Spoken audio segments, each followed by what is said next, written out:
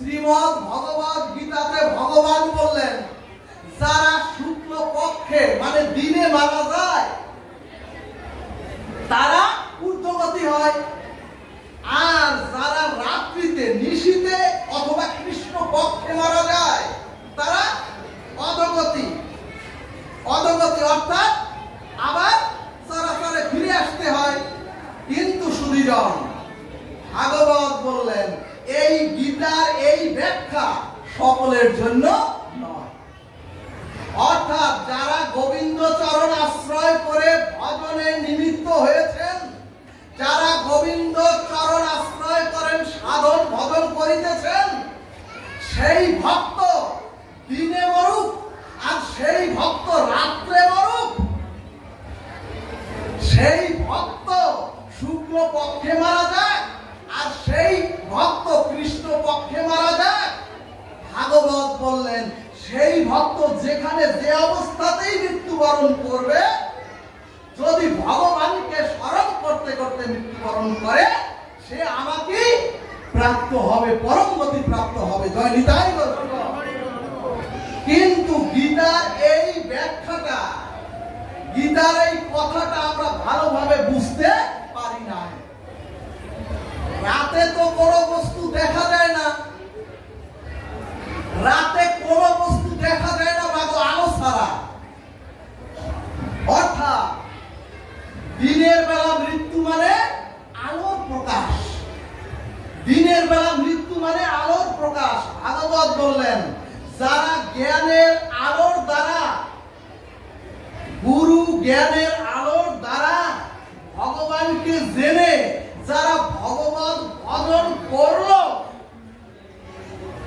অর্থাৎ শুক্ল পক্ষ বা দিনের দিন মানে যারা ভগবত ভক্তির জ্ঞানের আলো জ্বালিয়ে যারা মারা যায়, তারাই উত্তরায়ণের পথে গমন করে। বলো না গো রাধে রাধে। এখন প্রশ্ন, উত্তরায়ণটা কি? সুধীজন, যারা কামনা বাসনার মোহ থেকে উত্তরণ ঘটিয়েছেন, এই চরাচরে মনুষ্য প্রাপ্ত হয়ে যারা কামনা বাসনা রূপ এই অভিশাপ থেকে উত্তরণ ঘটিয়েছেন, ভাগবত ভজনের দ্বারা, ভাগবত সাধন ভজনের দ্বারা তারাই দিব্য আলোর পরম গতি প্রাপ্ত হয়। জয় নিতাই গৌর হরি বল। কিন্তু আমরা মূল তত্ত্ব না জেনে শুধু বুঝেছি দিনে যে মরে বা শুক্ল পক্ষে যে মরে অথবা উত্তরায়ণে যে মরে তার ভালো গতি হয়। ভাগবত বললেন ওরে ওরে ভগবত ভজনই করলো না, ওরে হরিনাম গ্রহণই করলো না, রাধারানীর চরণাশ্রয়ই করলো না, গৌর হরির ভজনই করলো না, সে তাহলে তার গতি ভালো হবে কি করে? বিপক্ষে বললেন কৃষ্ণ পক্ষ মানে অন্ধকার।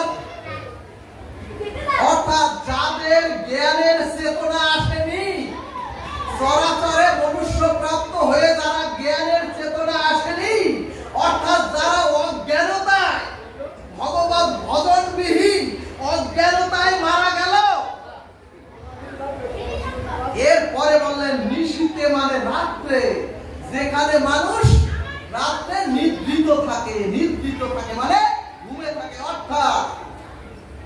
অর্থাৎ সারা জীবনে না জেগে মোহগ্রস্ত হয়ে কামনা বাসনার দ্বারা যদি ঘুমিয়েই থাকেন, যদি মনুষ্য প্রাপ্ত হয়ে সাধন ভজন না করে কামনা বাসনার মধ্যে থেকে যদি ঘুমিয়েই থাকেন, অর্থাৎ তুমি সারা জীবনে না জেগে মোহগ্রস্ত হয়ে যদি ঘুমিয়ে থাকো, তাহলে দক্ষিণায়ন মানে জমের দিকে যেতে হবে। তাহলে সুধীজন, তুমি নিজে পতনের দিকে পতিত হতে হবে, আবার তোমাকে এই চরাচরে আসতে হবে। এই হলো প্রকৃত ব্যাখ্যা। তাহলে ভাগবত কি বললেন? ভাগবত বললেন ভগবত ভক্ত যেখানে যে অবস্থাতেই মরুক, ভগবানকে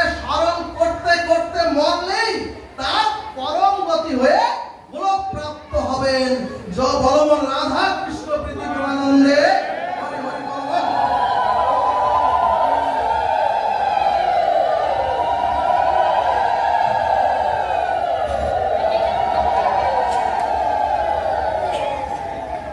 জয় জয় নব শ্রীধাম বৃন্দাবন বিহারী লাল কি, জয় জয় কৃষ্ণচন্দ্র ভগবান কি, শ্রী শ্রী নব বৃন্দাবনে রাধা মাধব কি, পঞ্চতত্ত্ব কি, সখী বৃন্দ কি।